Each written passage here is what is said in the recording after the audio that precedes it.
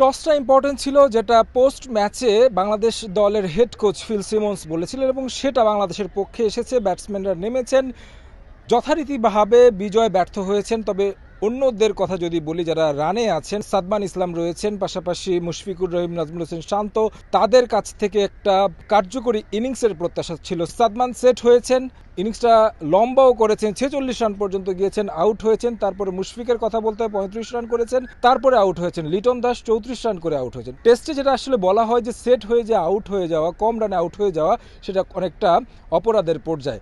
বাংলাদেশের দলের এই হাল কেন, এই বিষয়ের ব্যাখ্যাটা আসলে আমরা পোস্ট ডেতে জানতে চেয়েছিলাম সাদমান ইসলাম অনিকের কাছে। সাদমান ইসলাম অনিক যেন কিছুটা ব্যাটিংয়ের মতোই দিশেহীন। একবার বলছেন বাংলাদেশ ভালো অবস্থানে আছেন, আবার বলছেন যে এই উইকেটে প্রথম ইনিংসে 260-70 রান সেফ। কেউ তো আর ইচ্ছা করে আউট হতে চায় না। তো ব্যাটসম্যানরা প্রত্যেকজনই আমরা হয়তো সেট হয়ে আউট হয়েছি। তো হয়তোবা এটা হয়তো আমাদের ব্যাট ডে ছিল। ইনশাল্লাহ আমরা ভালোভাবে নেক্সট ইনিংসে যেটা আসবে আমাদের ভালোভাবে কামব্যাক করবো। উইকেট আলহামদুলিল্লাহ খুবই ভালো ছিল। হয়তোবা আজকে আমার দিনটা ছিল না, ইনশাল্লাহ ভালো হয়ে যাবে। শুরু থেকে তো ভালোই রান হচ্ছিল, তো আনফর্চুনেটলি তো আরেকটু ভালো খেলা যেত সবারই। তো কেউ হয়তোবা সেট হয়ে আউট হয়েছে, যে রানটা ওরকম বড় হয় নাই। বাংলাদেশকে আসলে এখন যদি ম্যাচে রাখতে হয়, সেটা আসলে বোলারদের উপর দায়িত্ব।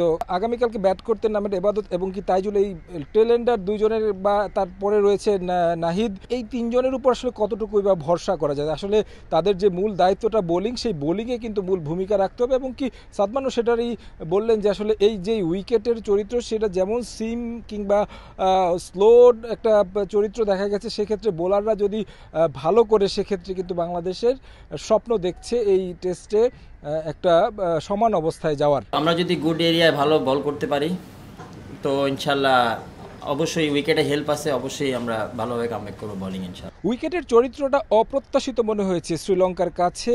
কলম্বোর যে ধরনের আচরণ করে থাকে প্রথম একদিন কিংবা 2 দিনে, অনেকটা ব্যাটিং ফ্রেন্ডলি কিংবা স্পিনারদের জন্য একটু ভালো সুবিধা থাকে, সেই রকম একটা উইকেটের প্রত্যাশা করেছিল স্বাগতিকরা।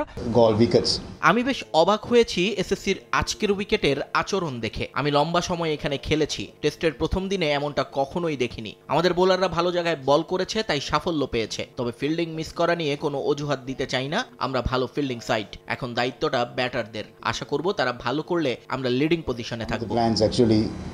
8 উইকেটে 220 রান নিয়ে বাংলাদেশ দিন শেষ করেছে। এই রানের মধ্যে কিন্তু বেশ কিছু ফিল্ডিং মিস দেখেছি আমরা শ্রীলঙ্কার।